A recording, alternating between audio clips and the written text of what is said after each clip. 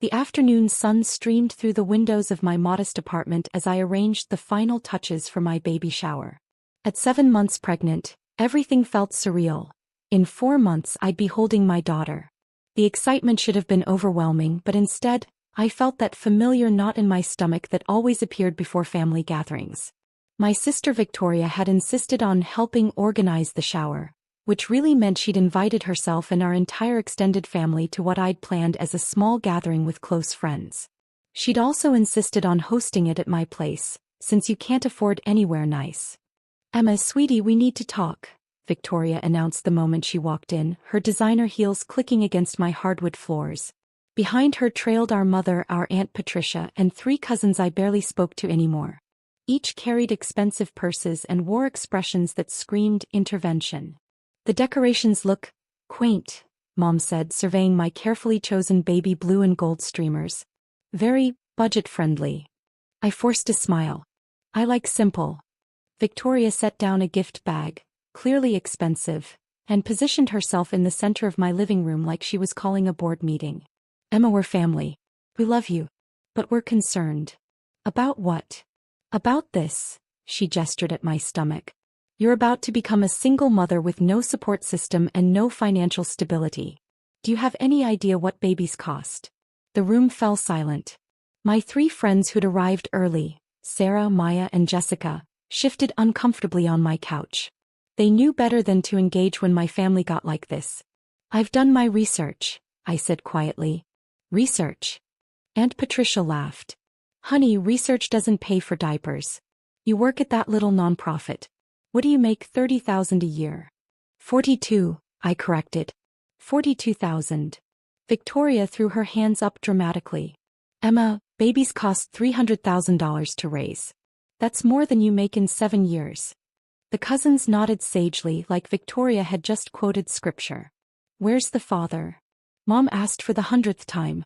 "Not in the picture." "Because he ran when he found out you were pregnant," Victoria stated. "Smart man. He knew you couldn't handle this." My friend Sarah started to stand. She knew about my situation, about everything, but I caught her eye and shook my head slightly. "Not yet. Victoria," I said calmly, "I appreciate your concern." "Do you though?" He cut me off. "Because you're not listening. You're living in a fantasy. Single motherhood isn't some romantic movie where everything works out. It's poverty. It's struggle. It's watching your child go without because you were too proud to make responsible choices." The room was dead silent now. Even my friends looked uncomfortable. "What responsible choices?" I asked. Victoria exchanged a look with Mom. "We've talked to Dr. Morrison at the clinic. It's not too late to reconsider. You could have a fresh start. Meet someone appropriate. Have children when you can actually afford them." My hand instinctively moved to my stomach. "You want me to terminate my pregnancy at 7 months? We want you to be realistic," Mom said softly. "We want what's best for you. And what's best for me is giving up my daughter?" "Yes," Victoria said without hesitation. "Emma, you can barely afford rent. How are you going to afford childcare? Diapers cost $60 a week. Formula is $40. And that's before medical bills, clothes, toys, education." "I get it, Victoria. You think I'm broke. You're broke. That's not an opinion, it's a fact. You drive a 12-year-old Honda. You shop at thrift stores. Your furniture is from IKEA." She gestured around my apartment like it was evidence in a criminal trial. "This isn't the life you want for a child." Aunt Patricia nodded. "Your cousin Jennifer spent $15,000 just on her nursery. 15,000.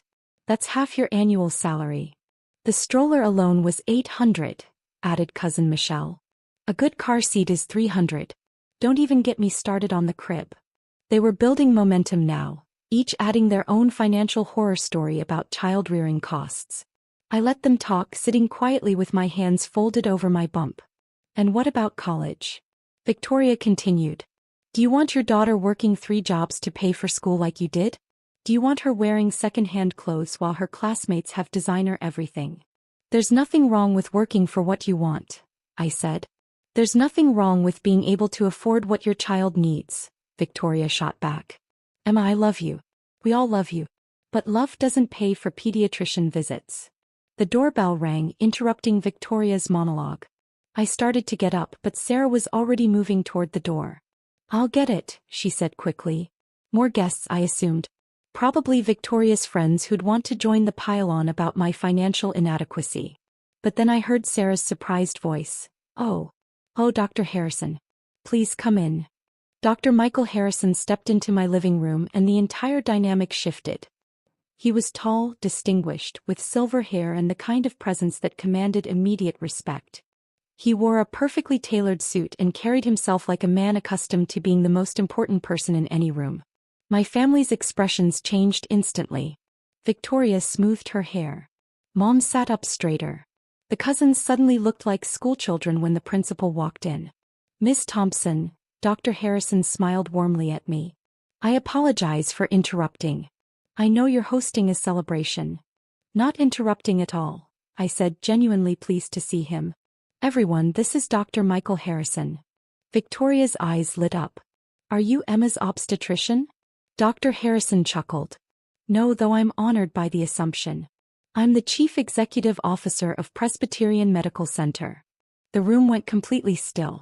Presbyterian Medical Center was the largest, most prestigious hospital system in the state. Dr. Harrison was essentially medical royalty.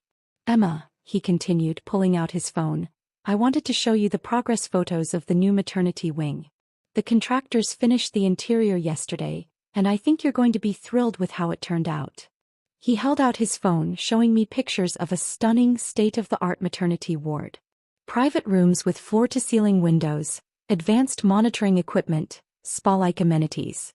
"It's beautiful," I said, though I was watching my family's faces out of the corner of my eye. Victoria looked like she'd swallowed her tongue. "The Thompson Family Maternity Center," Dr. Harrison said proudly. "Thanks to your $50 million donation, we're going to provide the finest maternal and infant care on the West Coast. The grand opening is next month." Complete silence. $50 million? Victoria's voice came out as a squeak. Dr. Harrison turned to her with professional courtesy. "Oh, are you family? How wonderful. You must be so proud of Emma. Her donation is the largest single contribution in our hospital's 120-year history." Mom's face had gone completely white. "Donation." "The maternity center was Emma's vision entirely," Dr. Harrison explained. "She came to us 18 months ago with plans for a facility that would provide world-class care regardless of a family's ability to pay. No mother should have to choose between quality care and financial security," she said. "Brilliant woman." Aunt Patricia was gripping the arm of her chair so hard her knuckles were white. Dr. Harrison continued, oblivious to the family drama unfolding around him. "The new wing includes 12 luxury private suites, 2 surgical suites for high-risk deliveries, a level 4 NICU and a comprehensive lactation center. But Emma insisted we also include a community clinic that provides free prenatal care to uninsured mothers." "Free care?" Cousin Michelle managed. "Completely free. Prenatal vitamins, ultrasounds, delivery, postpartum care. Everything. Emma's funding covers it all for the next 20 years. He smiled at me. "She said every child deserves the best possible start in life, regardless of their parents' bank account." Victoria was opening and closing her mouth like a fish. "The truly remarkable thing," Dr. Harrison added, "is that Emma structured the donation through her foundation, so it's just the beginning. The Thompson Foundation for Maternal Health has committed to building similar centers in 12 cities over the next 5 years. We're talking about revolutionizing maternal care nationwide." "Foundation?" Mom whispered. "Oh yes, the Thompson Foundation. Emma established it 3 years ago, I believe. The board includes some incredible people. Dr. Patricia Williams from Johns Hopkins, Senator Morrison, that tech entrepreneur. What's his name? David Chong from Chong Industries." My friend Maya was trying very hard not to smile. She was one of the few people who knew the whole story. Dr. Harrison checked his watch. "I don't want to monopolize too much of your party time, but Emma, there is one more thing. The board approved your request for the helicopter pad on the hospital roof. When your daughter is born, we'll have immediate access to transfer her to Children's Hospital if needed, though I'm sure that won't be necessary." "Helicopter pad?" Victoria's voice cracked completely. "For Emma's daughter," Dr. Harrison explained patiently. "Given her unique circumstances, We want to ensure every possible precaution. When you're worth. He paused, seeming to realize he might be sharing private information. Well, let's just say when you have Emma's resources, certain security measures become necessary. The silence in the room was deafening. Anyway, Dr. Harrison clapped his hands together. I should let you get back to your celebration. Emma, the architects will have the final nursery designs ready next week. I know you wanted to review them personally. Nursery designs? I asked, though I was really asking for my family's benefit. For the VIP maternity suite, of course. We're designing it specifically for your stay. Your assistant mentioned you'd prefer earth tones with natural lighting. The adjoining room for your nanny will have full kitchen facilities. He shook my hand formally. Congratulations again on your pregnancy. The baby is lucky to have such a thoughtful mother. After he left, the room remained silent for a full 30 seconds. Finally, Victoria spoke. Emma, what the hell was that? I settled back into my chair, suddenly feeling much more comfortable. That was Dr. Harrison. I thought I introduced you. The $50 million, Emma. $50 million. Oh, that. I waved my hand dismissively. It seemed like a good cause. A good cause. Aunt Patricia's voice pitched higher. $50 million? Well, the foundation has larger projects. The maternity center was actually one of our smaller initiatives. Mom leaned forward. Emma, where did you get $50 million? I looked at my friends who were all grinning now. This was the moment we'd been waiting for. From my companies, I said simply. Companies? Victoria demanded. What companies? You work at a nonprofit. I own a nonprofit, I corrected. The Thompson Foundation for Maternal Health. It's one of 17 nonprofits under the Thompson Group umbrella. Silence. But your job, Mom started. I don't have a job. I own companies. Sarah finally spoke up. Maybe you should tell them about Thompson Industries. I smiled. Thompson Industries owns 42 companies across 7 industries. We started with medical device manufacturing, then expanded into pharmaceuticals, real estate development, renewable energy, and technology. Victoria was staring at me like I'd grown a second head. The 12-year-old Honda, I continued, is actually a prototype for our new electric vehicle division. We're launching next year. The IKEA furniture was custom designed by our interior design subsidiary. They specialize in sustainable, minimalist aesthetics. This apartment? Mom looked around like she was seeing it for the first time. Is the penthouse of a building I own. The other floors house various Thompson Group offices. It's convenient for meetings. Maya pulled out her phone. Emma, should I show them the Forbes article? Forbes, Cousin Michelle squeaked. Maya held up her phone, showing a Forbes magazine cover with my photo.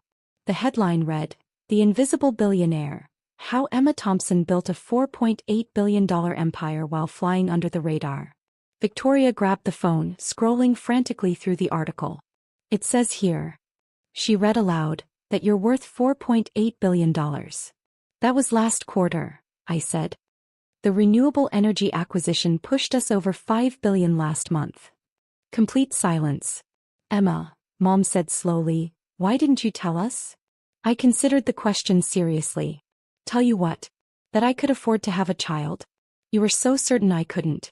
I was curious to see how far you'd go.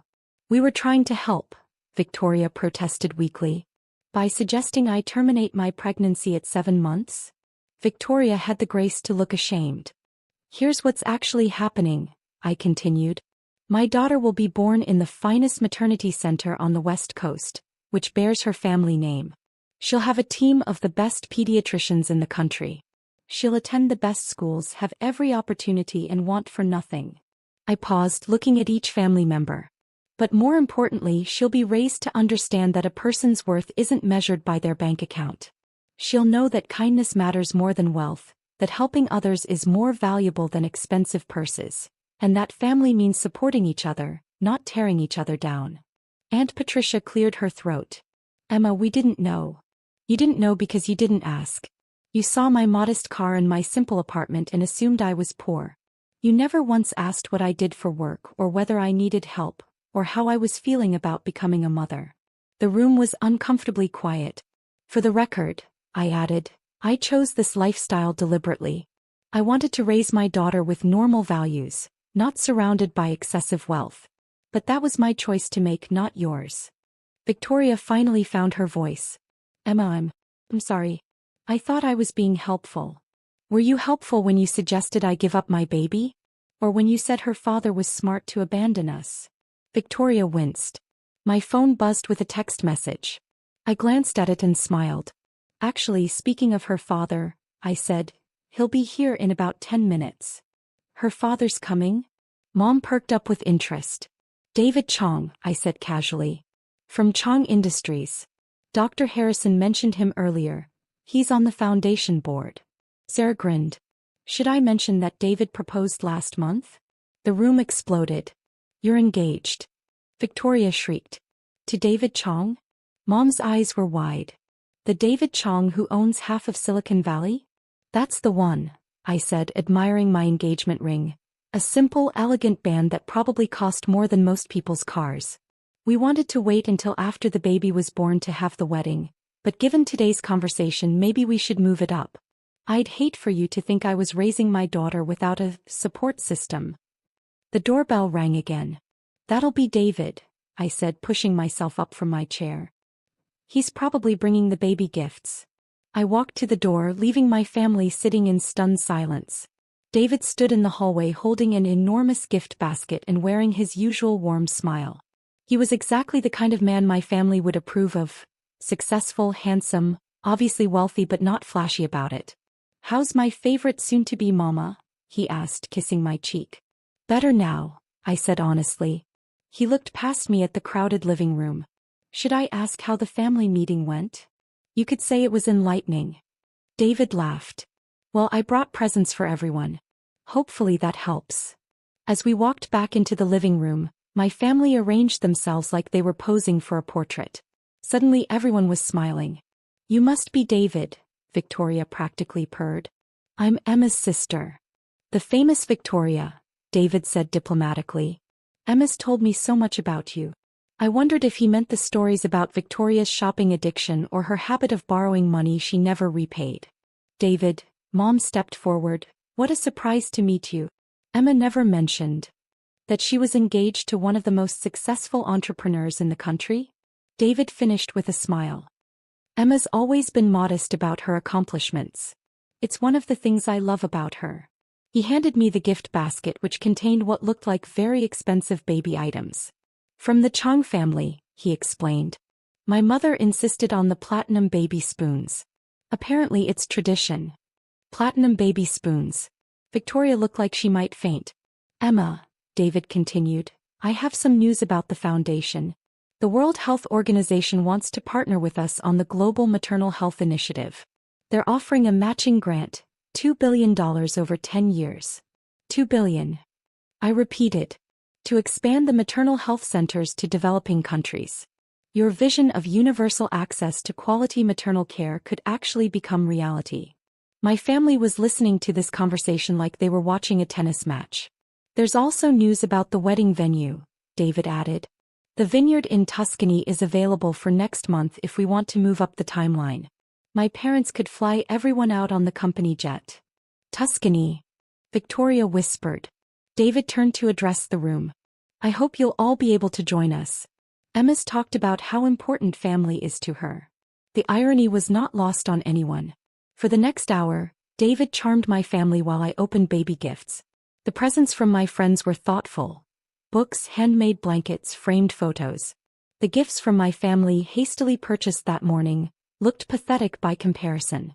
But the real gift was watching my family's attitude transform completely. Suddenly Victoria was asking about my business ventures. Mom wanted to hear about the foundation's work. The cousins were fascinated by my real estate investments. It would have been satisfying if it wasn't so transparent. As the party wound down, David pulled me aside. Are you okay? He asked quietly. You seemed tense when I arrived. They wanted me to terminate the pregnancy, I said simply. David's expression darkened. They what? Said I couldn't afford a child. Suggested I give up the baby and start over when I found someone appropriate. Jesus, Emma. It's fine. They know better now. David was quiet for a moment. Is it fine though? These are the people you want raising our daughter around. It was a fair question. They're still family. Family supports you. Family celebrates your happiness. Family doesn't suggest you give up your child because they think you're poor. He was right, of course. But they were the only family I had. As everyone prepared to leave, Victoria approached me with uncharacteristic humility. Emma, I owe you an apology. You do.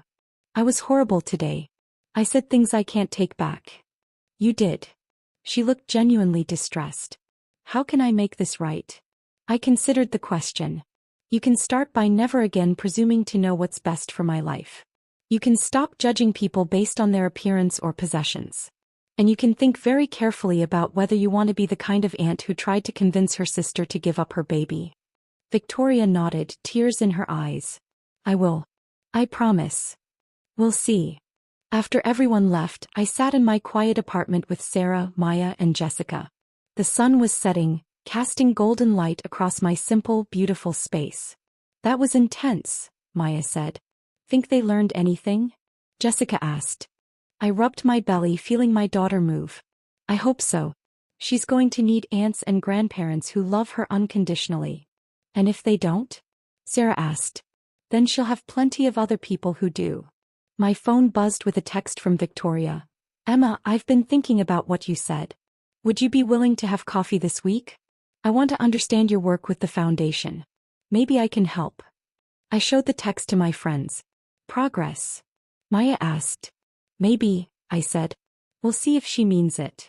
3 months later, when my daughter was born at the Thompson Family Maternity Center, my entire family was in the waiting room. Victoria had spent those months volunteering at the foundation, learning about maternal health issues and actually contributing something meaningful for the first time in years. Mom had taken classes on newborn care. The cousins had organized a proper baby shower. One focused on celebrating rather than criticizing. My daughter, Charlotte Emma Chong, came into the world surrounded by love and acceptance. And more importantly, she was born into a family that had learned the difference between supporting someone and controlling them. The night she was born, as I held her in my arms in the beautiful maternity suite, Victoria sat beside me with tears in her eyes. She's perfect, Victoria whispered. She is. Emma, I want you to know, I would have loved her no matter what. Even if you had been poor, even if you had been struggling, I would have loved her and supported you both. I looked at my sister, seeing something I'd never seen before. Genuine understanding. I know you would have, I said. Eventually. I'm sorry it took seeing your success to respect your choices. Me too. But you got there. Charlotte opened her eyes then, looking around at her new world with curious intelligence. She was going to grow up knowing her worth wasn't measured in dollars. She would understand that love and respect can't be bought. And she would never ever doubt that she was wanted, planned for, and celebrated from the very beginning. As I looked at my daughter, then at my sister, then around at the beautiful maternity center that would help thousands of other mothers and babies, I realized something important. Sometimes the best revenge is simply living well, raising your children with love, and giving others the chance to become better people. The money was nice, of course. But the real victory was building a family, chosen and biological, that understood what actually mattered. Charlotte squeezed my finger with surprising strength, and I knew everything was exactly as it should be.